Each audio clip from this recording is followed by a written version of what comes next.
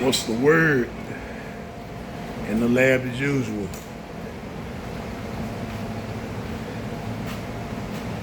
Yep. Y'all already know. Let me see something. All right, y'all. So far, I got the 4100 out. I got the 350 sitting in, and it's bolted to the transmission. Now, I gotta move those motor mounts back on the frame. So I gotta lift the motor. I'm gonna jack the motor up from the bottom so I can move those back. Then put my motor mount brackets on. He just bought me those. Let me see, they right here. He just bought me those. And he bought the exhaust manifolds. Bought a couple other parts, but I see they set up for one belt, so I don't think I'm gonna be able to use none of that, but I'm gonna see if I can at least use those brackets to put the power steering pump, the compressor, and the alternator. I left this compressor hooked up. I think this car had AC. Well, I'm pretty sure it did because I think we messed with it. I'm gonna try to see if I can get that compressor to mount back right there, which is it should.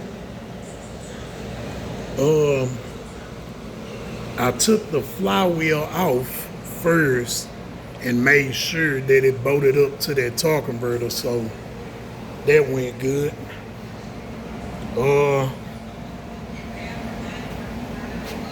So far everything been going smooth. Transmission bolted straight up.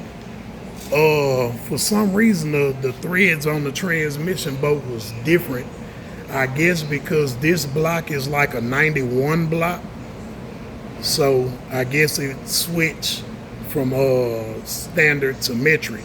So I had to match up, and what I did, they had an intake bolt right there already bagged out. So I tried that intake bolt in there and it bolted straight in. So I went and matched up some of those and I got the transmission bolted up.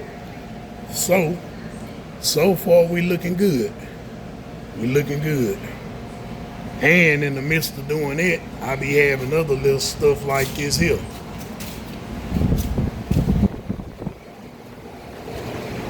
Now this here supposed to be a simple job. Changing the back shocks. Did this side in like 5 minutes. Get over here to this side. This mount is froze on there, so now she trying to find that mount so I can put the shock on. So that little old bitty job there ended up taking way longer. Then I got a little car over there, that little Toyota. I went to do the compressor on that little Toyota, and the people had gave them the wrong one. So they out trying to hunt that down. So that's another job that turned from like a 45-minute to an hour job. That car been here since yesterday and it should have been gone.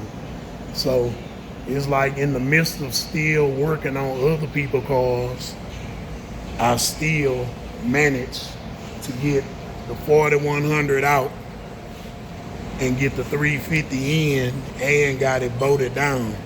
So I feel like that's pretty good for a good day's work.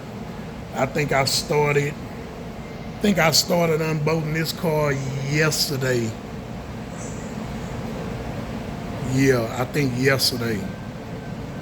Yeah, because Monday I had a fuel tank I had to do and a fuel pump on a van. So, yep.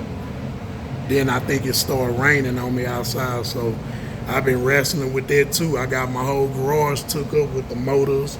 Still got this other 3800 sitting in here. I brought the other motor, I brought the car in here so fast, I didn't even let my little brother get the motor out so he can take it to the scrap. So I still got that other 3800 in here. Then my people got another motor horse. I got that back there, just piling up stuff in here, but it's cool though. But yeah, y'all, so far it's been pretty easy. I ain't have to really struggle with nothing. My main concern is probably gonna be trying to get these get the pulleys and stuff to work. Hopefully it don't be no big deal. If all else fail, man, we just gonna have to locate the brackets that go with this. But first, I'm gonna try the ones that's off that 4100 and see if I can get a couple of bolts in for the alternator, you know, or if I can get the power steering, you know, whichever one I can get to work, that'll narrow it down for what else we have to look for, if you feel me.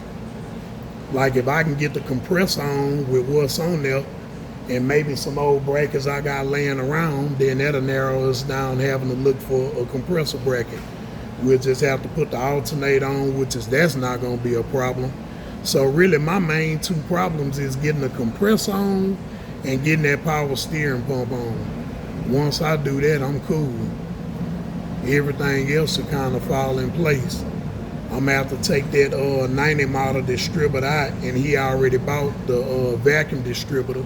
So, I mean, so far so good. I'm glad I looked at that, man. I don't see no oil dipstick on this motor. Oh, yeah. I need to, yep.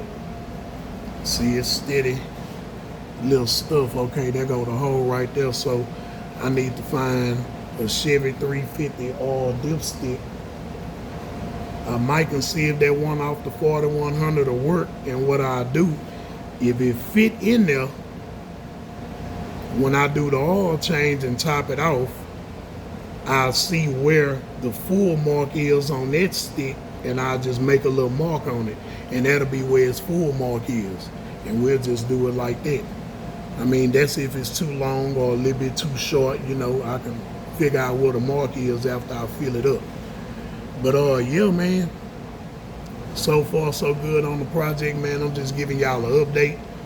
I'm gonna wrestle with some more stuff around here. I'm gonna go ahead and tie the bottom end down, get the torque converter bolted up.